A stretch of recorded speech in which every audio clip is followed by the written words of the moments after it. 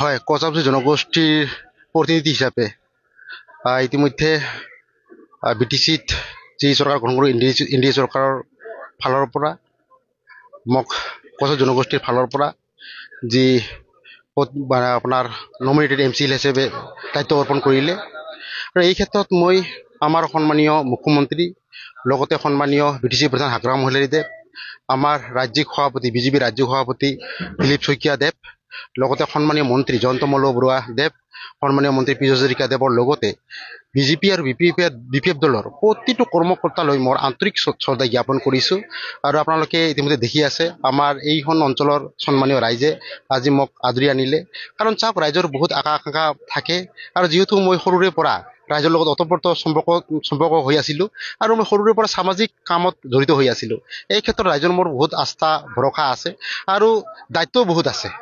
এই ক্ষেত্ৰত যিমান পাৰোঁ ৰাইজৰ কাৰণে মই কাম কৰি যোৱাৰ নিস্বাৰ্থভাৱে কাম কৰি যোৱাৰ যি প্ৰতিজ্ঞাবদ্ধ আজি মই হ'লোঁ।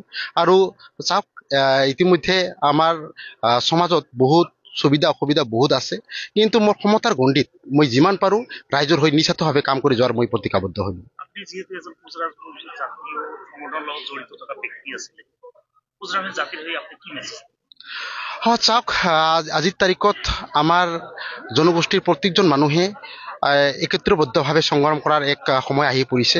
চবে নিজৰ যি সৰু সুৰা মানে ভেদাভেদ আছে এইবিলাক এৰি পিনে আমি ঐক্যবদ্ধভাৱে যদি আগুৱাই যাওঁ তেনেহ'লে নিশ্চয় আমাৰ জাতিটো এদিন মানে ভাল এটা ফল লাভ কৰিব আৰু আগুৱাই যাব।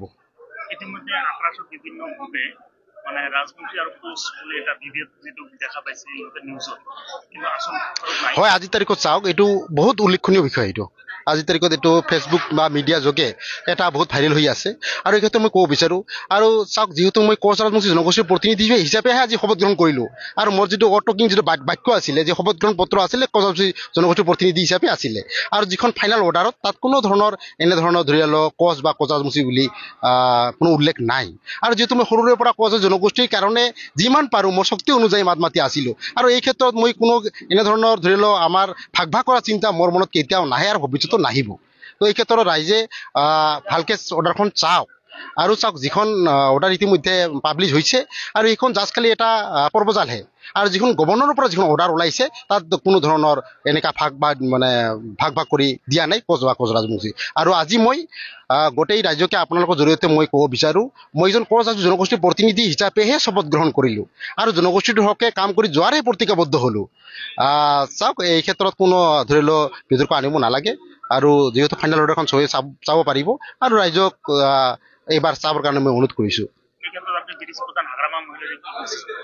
চাওক তেখেতক বহুত আন্তৰিকতাৰে ধন্যবাদ জ্ঞাপন কৰিছোঁ। চাওক 2005 পৰা যি BTC পৰিষদত আমাৰ এজনো জনপ্ৰতিনিধি নাছিলে, তো এই ক্ষেত্ৰত তেখেতে আমাৰ জনগোষ্ঠীটোৰ প্ৰতি যি দায়বদ্ধতা, এই দায়িত্ব ই পালন কৰি মোক এইখিনি দায়িত্ব অৰ্পণ কৰিলে, এইটো জনগোষ্ঠীৰ ফালৰ পৰা মই তেখেতক বহুত আন্তৰিকতাৰে ধন্যবাদ জ্ঞাপন কৰিলোঁ। আৰু লগতে আমাৰ সন্মানীয় মুখ্যমন্ত্ৰী ডাঙৰীয়াকো ধন্যবাদ জ্ঞাপন কৰি এইখিনি সুবিধা প্ৰদান কৰাৰ কাৰণে।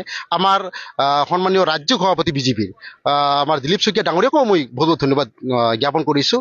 আৰু আমাৰ সন্মানীয় জয়ন্তমল্ল বৰুৱা ডাঙৰীয়া, আমাৰ সন্মানীয় মন্ত্ৰী পীযুষ হাজৰিকা ডাঙৰীয়া, লগতে আমাৰ BJP আৰু BPF দলৰ প্ৰত্যেকজন কৰ্মকৰ্তালৈ মোৰ আন্তৰিক শ্ৰদ্ধা মই জ্ঞাপন কৰিছোঁ আৰু ধন্যবাদ জ্ঞাপন কৰিছোঁ।